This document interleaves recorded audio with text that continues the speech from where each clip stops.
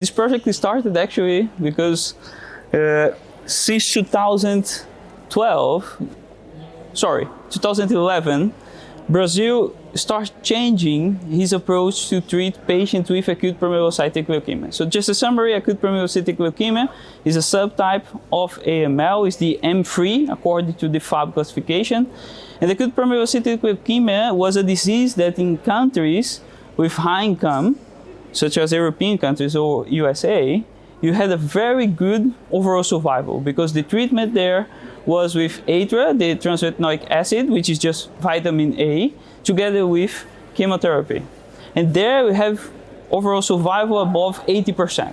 But in Brazil before that, we had overall survival around 40 to 50%. And that was a huge discrepancy. So back in 2017, my supervisor in Brazil, Professor Eduardo Magalhães Rego, he started a consortium about trying to unify how all the different states, because if you think about Brazil, it's a country with a dimension of a continent. So to try to unify all the different centers from north to south to treat APL patients in the same way as they are treated in the US or in Europe. So by doing so, we improved the overall survival of the APL patients from 40% now to 85, 90% of all the patients that are diagnosed in Brazil and in South America in general, because this was an international consortium that was sponsored by the American Society of Hematology. Very good. Since a couple of years ago, treatment for APL will change. Now we use ATRA, the retinoic acid, vitamin A, together with arsenic trioxide. And arsenic trioxide is actually a very good compound because it's a target therapy on the PML protein. Because in APL, you have a rearrangement between the PML gene and the HARA gene. You make a fusion protein, PML-HARA, and now ATRA is target the HARA, PML is target by arsenic trioxide. If we now use ATO plus ATRA, the survival that was before 90%, now is 95, 98%. So we improve even more that. Our goal for this project that we did a combination with Venetoclax plus MCL-1 was based on the fact that after a couple of years, 1 year, 2 years, the patients that are receiving arsenic trioxide together with ATRA, they start to acquire mutations in the PML protein or in the HARA protein.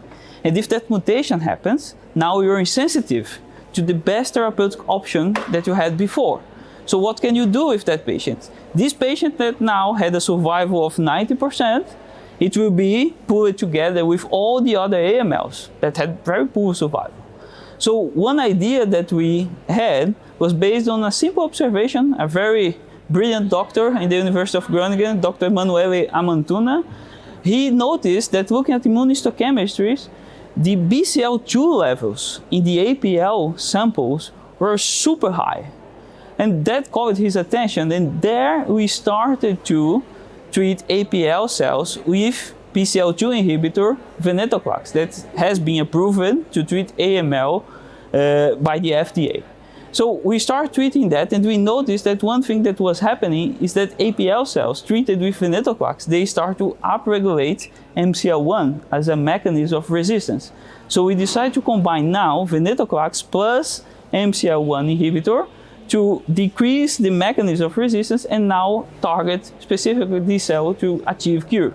We did that in a setup where we introduced the mutation that is resistant to arsenic.